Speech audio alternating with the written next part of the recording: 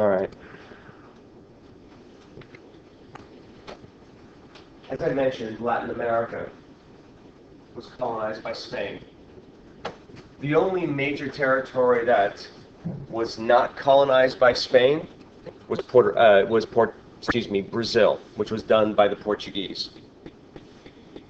So everything to the west of the Mississippi River, all the way down through Mexico, down to Argentina and Chile, colonized by Spain, except for Brazil, conquered by the Portuguese.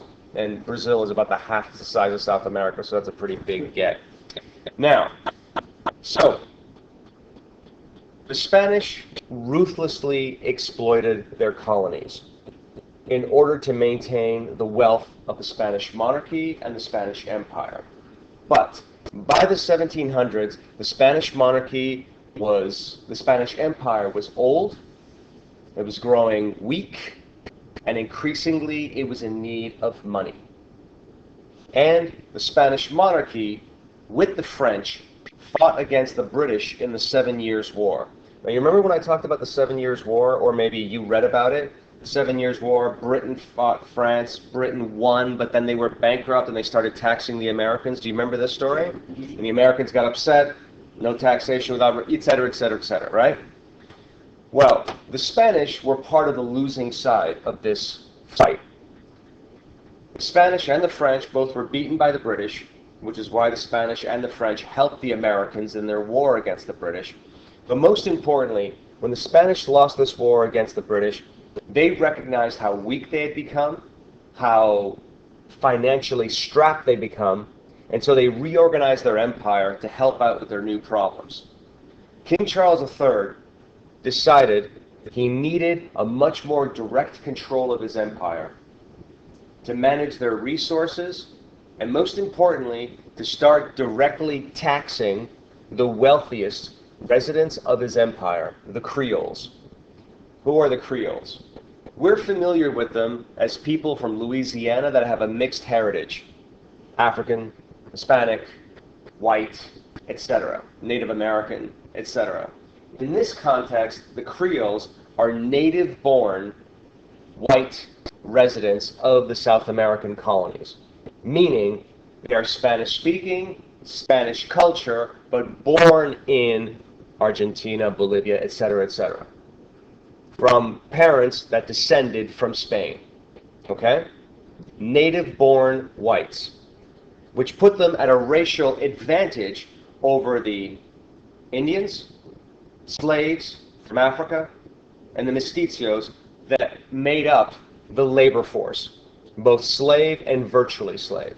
Okay? Are they like Mulattoes? Yeah. No, that would be below them as well. These folks, their white skin gave them significant privilege. All right? Now, the Creoles had never had to face this direct taxation, this direct interference from the Spanish monarchy before. They were free to exploit their labor force as they saw fit. Now the Spanish monarchy is coming in and saying, you can't do anything you wanted before. We need to revamp the empire. So what the British were doing to the Americans, trying to more directly impose control, the Spanish were doing to their colonies in Latin America. And the Creoles resisted. They didn't want this interference. Now, why were they so upset? Even though they had money, land, and a lot of economic and social authority, they didn't have any real power. Political positions were held by officials that traveled from Spain to the colonies. Top military positions also Spanish authorities brought over from the homeland. So these Creoles, the only thing they had was their economic and social authority, and now the monarchy of Spain was interfering in that. So they like the nobles of this, like the nobles of that. Of the French Empire, in France? No, it's like they like the nobles of the Latin America. Yeah, but without the hereditary titles. Right. Although I'm assuming that land and wealth was passed from father to son through inheritance without the titles. Right. Now, The one thing that I want to draw your attention to is that the Creoles, they wanted slowly independence from Spain, but they were not pushing for democracy. They wanted to have full political control over their territory, which included the exploitation of the poor that didn't have a vote, the labor force. So how did this frustration turn into revolution? It was the French Revolution. The French Revolution weakened the Spanish monarchy even further. In the 1790s, France and Spain went to war. Spain was beaten repeatedly, and the Spanish increased their demands on the colonies, increasing taxation, frustrating the Creoles more and more. But more importantly, in 1807 and 1808, Napoleon, the French emperor, invaded and conquered Spain and Portugal. He removed the monarchies and he put his own family members on the throne of Spain and Portugal. Now, the Creoles in Latin America recognized is the time for independence, because the Spanish and the Portuguese cannot send reinforcements if they rise up. Plus, there was a fear that if Napoleon, who, even though he was a military dictator, did spread some reforms, which some of you wrote in your essays, things like religious toleration, the abolition of serfdom and slavery, this idea was frightening, that they could be transferred to South America. Two figures emerged which led the Creoles in northern and then southern South America to independence. José de San Martin was instrumental in leading the Creoles to fight and defeat the Spanish and bring independence to Argentina, Uruguay, Chile, and Peru. Bolivar, Simón Bolivar, was instrumental in unifying forces in the north, Venezuela, Ecuador, Colombia, Bolivia. When Hugo Chavez was the leader of Venezuela, he spoke about this idea of recreating a Bolivarian republic that would unify much of North America under Venezuelan leadership. This is where it comes from, the actions of Simón Bolivar in the early 1800s. And these are paintings of these respective figures.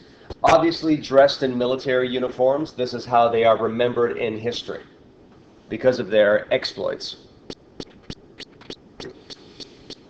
There is one exception to the rule of Latin American independence, and that's Mexico. In the South American continent, San Martin and Bolivar unified the Creoles to kick out the Spanish, but remember, there was no interest in spreading democracy. Okay? The whole goal was to get the Creoles into positions of power and to maintain the labor force at the bottom, the non-white labor force, as a pool of exploitable labor. Mexico was different. The independence movement in Mexico was not led by a noble. It wasn't led by an elite person. It was led by a priest. A priest whose direct contact with people was not limited to the wealthy and the powerful.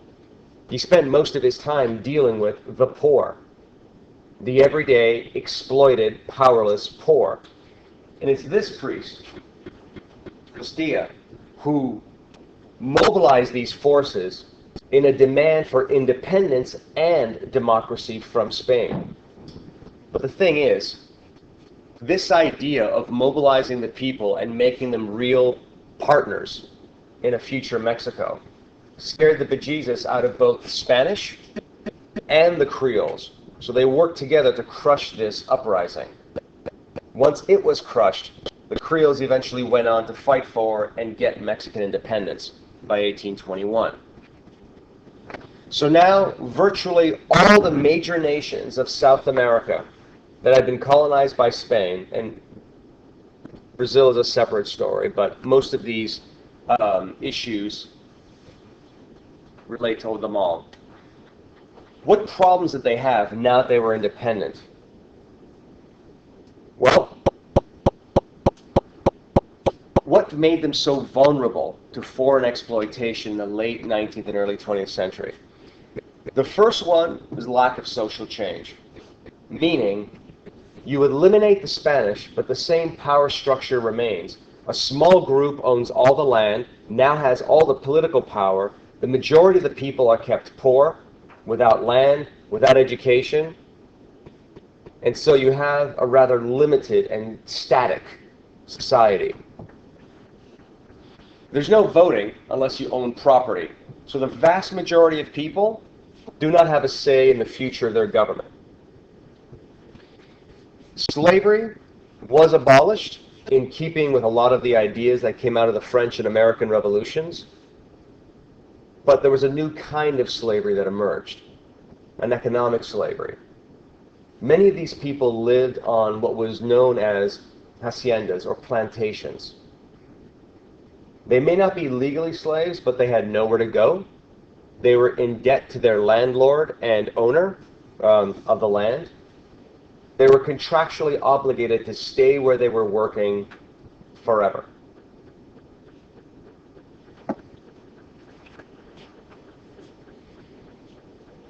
In this fashion, what you have is a permanently poor, permanently uneducated, permanently hungry, and permanently upset majority of the population. So, just to be clear, if you keep your population uneducated, in poverty, and you exploit them simply for agricultural labor, you are never going to develop a vibrant economy. You need an intelligent population to develop new ideas, technologies, etc. Moreover, if you keep people angry, hungry, politically dispossessed, they will rise up every so often, which leads to political instability, which is also bad for the economy. So this cycle continued throughout the 19th century. The other problem Latin America had was its economy. Besides the fact that they were not developing an industrial revolution early, why weren't they? Why didn't Latin America develop an industrial revolution like America, like Britain, like France? Why didn't they? There's a variety of reasons. One of them, no money. There's no money to invest in factories. All the wealthy Spaniards were kicked out of the country. Much of the country was destroyed by war. Roads, bridges, harbors, all destroyed by war. So you have no money for investment, but you do have these millions of people that could be a market for new products. But how do you get to them if the roads and the bridges have been destroyed? So if you can't develop a modern economy overnight, if you can't copy these technological developments that are happening in the rest of the world, how do you survive? You do what you always did. Colombia, huge coffee plantations, so that's what their economy was. Bolivia, lots of tin resources in their mines. That's their economy. Sell that to the world. Or copper. Or fruit in Central America. Bananas, whatever. But the problem is, if your market is only about selling one or two products to the rest of the world, what happens if there's a depression and people stop buying coffee? Then Colombia has no economy. It has no trade. So now you have more poverty, more social unrest, more problems. So how do you develop your economy then? If you're not developing funds at home, and trade is limited because of the up and down of the economic cycle, how do you develop how do you develop your mines? How do you develop your fertile land into huge farms for fruit or whatever the case may be? How do you develop the first factories? Foreign investment. But the problem is, when you start borrowing money from foreigners, now they have an influence on your country. And the more money they lend you, the more influence they want to have, because they want to make sure they get paid back. So now you're stuck in this cycle of dependency on foreign money, and your nation is very unstable. What's that? Kind of losing there. It's a lose-lose. So how do you deal with all of this political instability and economic instability, all these uprisings against poverty and lack of power on the part of the poorest of the poor? Most of these new republics, Argentina, Mexico, etc., when they freed themselves from Spain, they didn't have any experience in democracy because the Spanish ruled everything from top down. They had this tradition of authoritarianism. One person in charge of everything, whether it's a civilian leader or a military leader. And since that's the only thing they knew, whenever times got tough and there were uprisings from the people, government was suspended, power given to the military or to one authoritarian figure to crush the uprisings. The problem is, if you want real political development, you have to incorporate the mass of the people into this discussion as to what the future goal of the country is. Otherwise, they just rebel 5 years later, 10 years later, and you never get a sense of economic and political stability. Why did America become the economic and military powerhouse that it did at the end of the 19th century?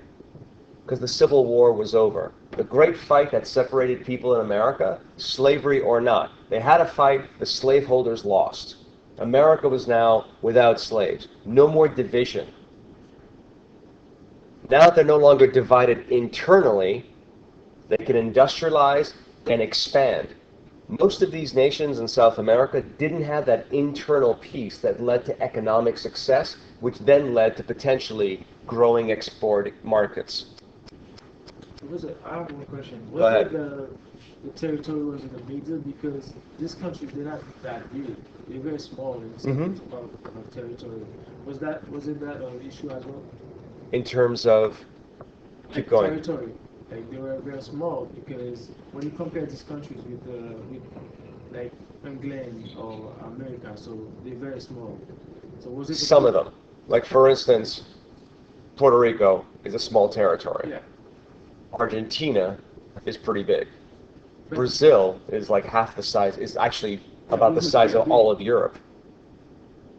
But we're not talking about Brazil. We're talking about the Spanish colonies. Right, but even if you just talk about the Spanish colonies, a country like Paraguay or Uruguay or Mexico, these are huge territories. It's certainly, if we're looking at the Caribbean, these are small countries, right?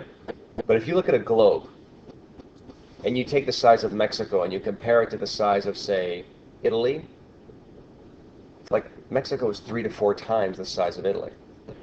So these borders were drawn by the Spanish and Portuguese colonial authorities.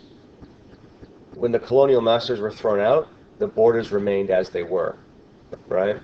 There were fights amidst Latin American nations over a variety of issues, but those borders were fixed by the colonial masters.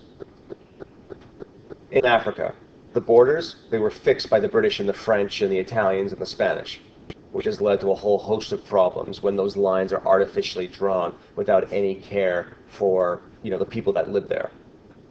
It's the same thing in Latin America. So, in terms of foreign intervention, who were the people that kept interfering in Latin America? At first it was the British. They're the ones that lent a lot of money, and they're the ones that interfered and demanded repayment, sometimes at the point of a gun, if nations were not paying up. But after the Spanish-American War of 1898, it was the Americans that called the shots. And this is the final part of a puzzle that, for some reason, is not in your textbook. Your textbook talks all about economic and social problems of independence of Latin America, but it doesn't really emphasize a critical point to Latin American economic and social instability, and that is foreign intervention. Whether it was military invasion or the support of a repressive government, both of these things kept Latin American nations from developing in their own way, at their own time, to solve their own problems. So let me give you an example. The American Revolution. You remember this, right? 1776, right? You all remember this? Howard? You remember the American Revolution? Imagine if the Americans lost. Imagine that the French and the Spanish, instead of helping us defeat the British, they helped the British defeat us. In all of American history since then, the abolition of slavery, women's rights, industrial revolution, all of that would have been wiped out. Right? Imagine the French Revolution. The France at war with everybody. Imagine they were beaten, not in 1815 when all those ideas had spread all over Europe, but were defeated in 1791. Then all those ideas about the people can rise up, can kill the king, eliminate monarchy, eliminate privilege, full religious equality, eliminate slavery, would have never happened, at least not right away. This is Latin America in the 19th and 20th century. All the ideas on the part of the people and the intellectuals in demand for progressive reform, more power to the people, a more fair economic system, didn't naturally come to the surface because all uprisings were crushed with the help of foreigners. Okay?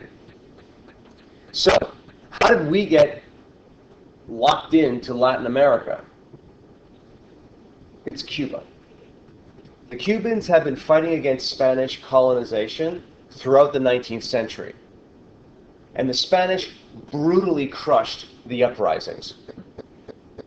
The Americans who followed this thought the Cubans fighting against the Spanish were no different than the Americans 100 years earlier fighting against the British. And so they sympathized with the Cubans as an American, as in North American, South American people fighting against Europeans. Plus, the Spanish were very brutal in how they put down this rebellion, and so the Americans sympathized. Now, part of the reason why sympathy for the Cubans spread as far as it did is because of mass media. What we have today, the internet, Twitter, Instagram, whatever, the equivalent of that at the end of the 19th century was inexpensive print journalism. A newspaper that was only worth 1, 2, 3 cents. That was cheap. It was printed on paper that was so cheap it would become yellow over time. It had big pictures on it, so it captured your attention. Big headlines with controversial, eye-catching titles. And people would read this stuff the way people today read news snippets on the internet. And the press was fully behind Cuba against Spain and wanted the Americans to get involved. Now, on February 15th, 1898, an American warship, the USS Maine, was in the harbor of Havana, Cuba, partly because of these increased tensions between the Americans and the Spanish. And the ship blew up. Now, the ship blew up, but immediately the newspapers started saying the main explosion caused by bomb or torpedo, ? Torpedo from the Spanish Navy. Yeah. So without even knowing why the ship blew up, the headline was it an accident or were we attacked? Right. Well, in the midst of all of that heightened tension, people just assumed it was an attack, Yeah. especially when you put a burning ship on the cover of the newspaper. Now, some other ways to influence the press was the depiction of the Spaniards themselves. The Spaniards were often depicted as animals, bloodthirsty, uncivilized, murderous. Obviously, the American flags down here give you a sense of who he's killing. Also, it is very common to depict a woman being abused as a way to generate public sympathy for your cause and against your enemy. This is a woman that is seized by a Spanish customs official, stripped and searched. You know exactly what's going on. So, war is declared against Spain. Congress declares war against Spain in April. And the Spanish are incredibly defeated. The war lasts only a couple of months, 3 months. a little bit longer, April through August. And the Americans clean house. They land in and conquer Cuba. They occupy Puerto Rico. They defeat the Spanish Navy. They sail over to the Philippines and they conquer that. They take Guam. The Spanish are completely defeated. Spain has now no territory in North and South America. Think about that for a moment. It was the Spanish with Columbus that quote-unquote discovered America in 1492. In 1898, the Spanish have now no territories left in the New World or in the Pacific. This is now what the American empire looks like. Here's us, Cuba, Puerto Rico. All of these islands in the Pacific were taken over slowly but surely. Before the Spanish-American War, the Americans had taken Hawaii, Midway, all these other islands here. After the Spanish-American War, they added the Philippines, a huge country right on the gate or the doorstep of Asia. Why? Yeah. If you want to have a global economic presence, how do you protect global trade? You need bases all over the world. You need coaling stations to refuel your warships, and bases to place your armies in case you need to send them to defend your territory. Once the Americans took Hawaii away from the native Hawaiians, they now had a base virtually in the middle of the Pacific that allowed them to reach out, and eventually, this was the big prize. Because ultimately, what do they want? China, Japan, Southeast Asia, all territories that still needed to be open to American markets at the point of a gun if need be. Since it was so easy to take Puerto Rico and Cuba, the Americans now decided it's time for more. In the early 20th century, President Theodore Roosevelt took over as president. He was McKinley's vice president. McKinley was assassinated by an anarchist. Roosevelt became president. Roosevelt believed that America should expand economically and militarily throughout the world, and he was vocal about it. Now, the first thing that he did was he realized if America is going to have a presence in the Caribbean, in the Pacific, if it was to have a global presence, you need a quick way to get from here to here without going all the way to the bottom of South America. So cut through Panama. Who owns Panama? Colombia. Right there. Colombia was asked if they would sell the Panama province. They said no, so Roosevelt took it anyway. He encouraged the local population to rise up in rebellion. They did so, and as soon as they did, Roosevelt sent in the Marines that offered military protection, recognized an independent Panama. The independent state of Panama now gave the Americans the right to dig the Panama Canal.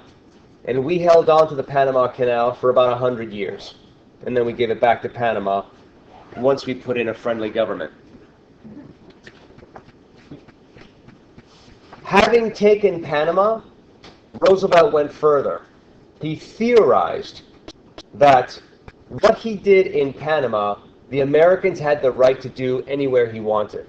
Meaning, how can we legally and philosophically justify that we have a right to do this anytime we want? What happened? All right, do this act before class in the future, okay? Now, what did he do? Roosevelt recognized that he wanted to declare to the rest of the world that the American interference in Latin America was its right and nobody else should get involved. There was a doctrine a statement put out by an American president in 1823 called the Monroe Doctrine. President Monroe issued a declaration that said, Europeans are not permitted to interfere in the affairs of North, Central, or South America. Now, at the time, nobody took it seriously because the Americans didn't have a powerful navy, didn't have a powerful army, and they couldn't enforce this. But in 1904, America had a powerful army, a powerful navy, and they had just used it. Now Roosevelt took the original Monroe Doctrine and added to it something called the Roosevelt Corollary, or addition. And the Roosevelt Corollary to the Monroe Doctrine was easy. It simply said this: the United States declares that Europeans are not permitted to interfere in American issues at all. A. B. America can interfere in any Latin American country if it feels like it should. So then what justification does America have for doing this? Chronic wrongdoing. If the Americans feel a nation is being chronically mismanaged, misgoverned, they will invade and solve the problem. You understand what I'm saying? So the Americans publicly stated, we think Nicaragua, its government is corrupt, inefficient, exploitive, and unfair. We're going to invade and solve the problem. Think about that for a moment. Could you imagine if Nicaragua had a declaration that we disagree with the American government's policies on segregation, and we, Nicaragua, are going to invade America to solve the problem? It sounds ridiculous, right? Well, how did the Americans get away with it? Well, because they're about 800 times the size of Nicaragua, as well as wealth, military power. And who was going to stop them? The Canadians? Obviously not. They had their own problems. The Europeans? They had their own problems 3,000 miles away. So, what was the result of the Roosevelt Corollary? The Dominican Republic, when it was having problems paying off its foreign debts, the Americans took over their customs houses, collected money, and made sure that it was paid out to the appropriate people to keep the Americans out. The Americans controlled the DR's finances for 36 years with troops in the country. Then they occupied them and controlled the country during this period, predominantly to make sure debts were paid, but also at this point the Americans had sugar growers that had invested heavily in the country, and they wanted a friendly government. And if the government wasn't friendly, the Americans would make sure, the military, that the government was friendly. Thereafter, the dictatorship of Trujillo maintained close economic relations with the Americans and political stability, so the Americans didn't have to occupy the country. But of course, it alienated the Dominicans to America because they supported Trujillo. Nicaragua, same thing. Americans had economic interests there, mines. They were they felt the government was unfriendly. When the Nicaraguans rebelled against their government, this affected U.S. interests. The Americans sent in the Marines, took over the country for a few years. This continued a couple of times until the Americans found someone they could work with, Somoza and his family, that ruled the nation for generations, protected American interests, but repressed their peoples. Haiti, same thing. The Americans occupied that country for over 15 years in the early 20th century in order to ensure their economic interests. Cuba was the big one. The Spanish-American War was purposely fought to liberate Cuba from the exploitation of Spain. Great. And Cuba was given independence, unlike Puerto Rico. But the Cuban Constitution, the Americans specifically reserved the right to invade, interfere in Cuba if they felt the need to do so, which means Cuba wasn't really independent. And to this day, the Americans still have a base at Guantanamo Bay, Cuba. Now, the Cubans rebelled against the system between 06 and 09. The Americans landed troops in 09 and then occupied the country from 17 to 22. Thereafter, the Americans didn't have to worry about occupying Cuba. They found someone they could work with, the dictator Fulgencio Batista, who maintained peace at home, eliminated political opposition, and guaranteed American investment. It's Batista's regime that Fidel Castro rose up against and defeated in 1959. And why we have such a bad relationship with Cuba? Well, because of our history there. So everybody? This was a quick map that gives you an idea of every single place the Americans had become involved in the early 20th century. As you can see, there's virtually no country that has not been the target of U.S. military invasion, whether it's short-term or long-term occupation. But what this map does not show you is what happened after the 1930s. It doesn't show you the nations that had the support of America because they protected American economic interests, they resisted the spread of communist ideas into their countries, and so they had the military help, funding from the U.S. Oftentimes these regimes were not democratic. So this process pretty much continued up until the 1970s and 80s. It's only recently that these nations are more free to experiment economically and socially, and they're coming up with solutions that are individual to themselves without foreign intervention. For instance, Bolivia had a socialist prime minister who was the first person elected from the Native American people, the Native Indian people of Bolivia. This had never happened before. Women politicians are emerging throughout Latin America with a vastly different take on government. Democracy is spreading with its trials and tribulations.